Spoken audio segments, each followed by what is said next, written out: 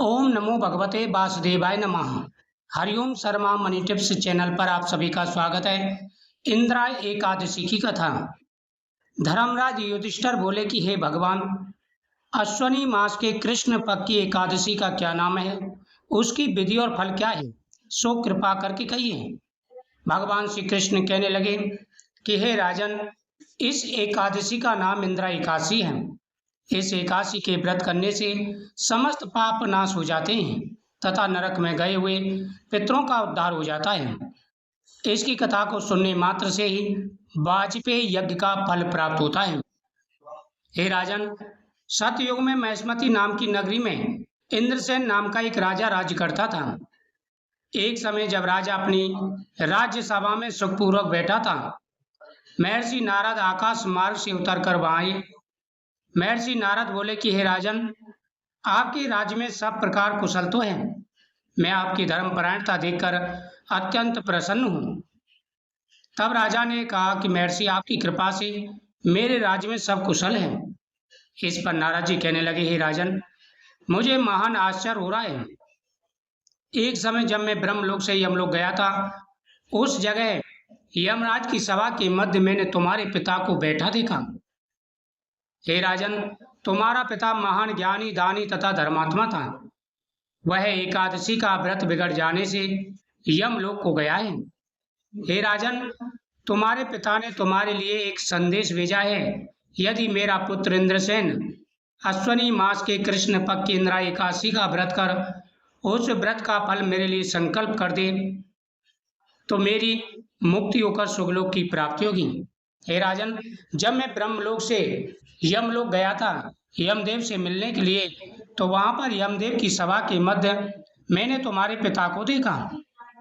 हे राजन, तुम्हारे जो पिता थे वो महान ज्ञानी थे, धर्मात्मा थे और सभी प्रकार के मनोरथों को जानने वाले थे। सभी प्रकार के वह धर्म की बातों को जानते थे, धर्म पूर्वक राज्य करते थे।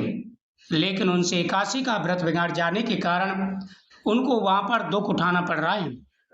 इसलिए उन्होंने तुम्हारे लिए संदेश भेजा है कि यदि मेरा पुत्र इंद्रा एकादशी का व्रत करके उसके फल को मुझे समर्पित कर दें, तो मुझे अवश्य ही स्वर्गलोक की प्राप्ति होगी। हे राजन, जो तुम्हारे पिता ने संदेश भेजा है उसके अनुसार तुम्हें अवश्य इंद्रा एकादशी का व्रत करना चाहिए। जब राजा ने महर्षि नारद के इन वाक्यों को सुना, उसे महान दुख हुआ।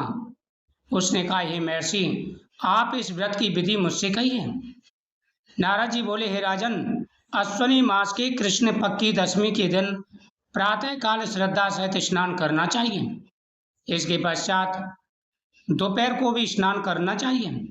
उस समय जल से निकलकर श्रद्धा पूर्वक पितरों का श्राद्ध करें और एक समय भोजन करें। रात्रि को पृथ्वी पर शयन करें।